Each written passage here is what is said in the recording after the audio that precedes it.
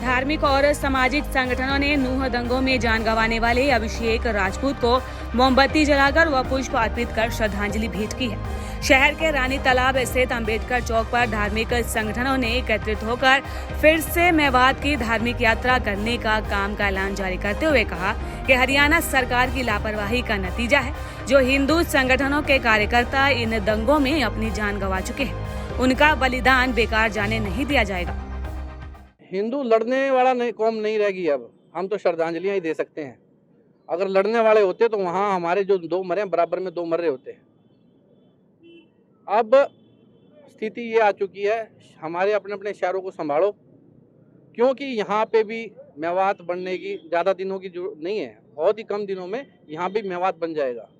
आज काफ़ी संगठनों ने अभी प्रदर्शन किया है, शांति मार्च किया है, उन्होंने मनु मनेश्वरी गिरफ्तारी की मांग की, क्या कहना आपका? ऐसे है जी, गौ सेवक व्यक्ति जो कि अपना पूरा समय देकर गौओं की सेवा करता है, रक्षा करता है, उस व्यक्ति को अगर कोई पकड़वाने की या गिरफ्तारी की मांग उठाता है, वो देशद्रोही है। क्या यात्रा फिर से दोबारा की जाएगी? बिल्कुल की जाएगी और करनी भी चाहिए। और अब की बार हथियारों के साथ होनी चाहिए। मैं कह रहा हूँ, अगर कोई ईंट मारे उसका पत्थर से जवाब दिया जाए। अतुल प्रताप चौहान ने कहा कि अब की बार मेवात यात्रा पर जाने वाले श्रद्धालुओं को अपनी जान माल की सुरक्षा के मद्देनजर हथियारों के साथ यात्रा करनी चाहिए।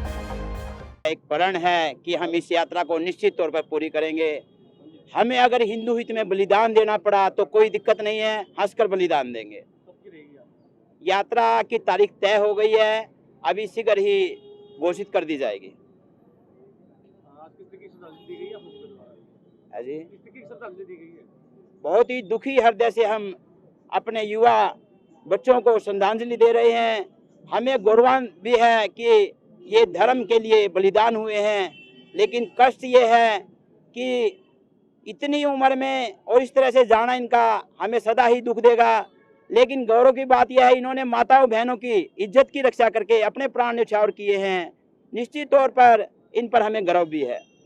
ये नहीं अच्छे थे, धार्मिक यात्रा पे थे, और मैं समझता हूँ खाली श्रद्धांजलि देने से, इकट्ठे होने से, नारे लगाने से कुछ नहीं होने का। अभी एक प्रसंग आया था पलवल में समाचारों में कि एक जो लीडर था ना उन्होंने एक बार ये आवाज़ मारी थी, 15 मिनट में 600 आदमी इकट्ठे हो गए थे। जब तक ये प्रणाली अपने आप विकसित नहीं होगी, बिल्कुल भी किसी भी तरह का कुछ नहीं हो सकता। गुट बनने चाहिए।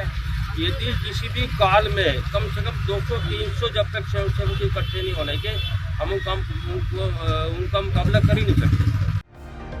दैनिक सवेरा के लिए जींद से संजय की रिपोर्ट।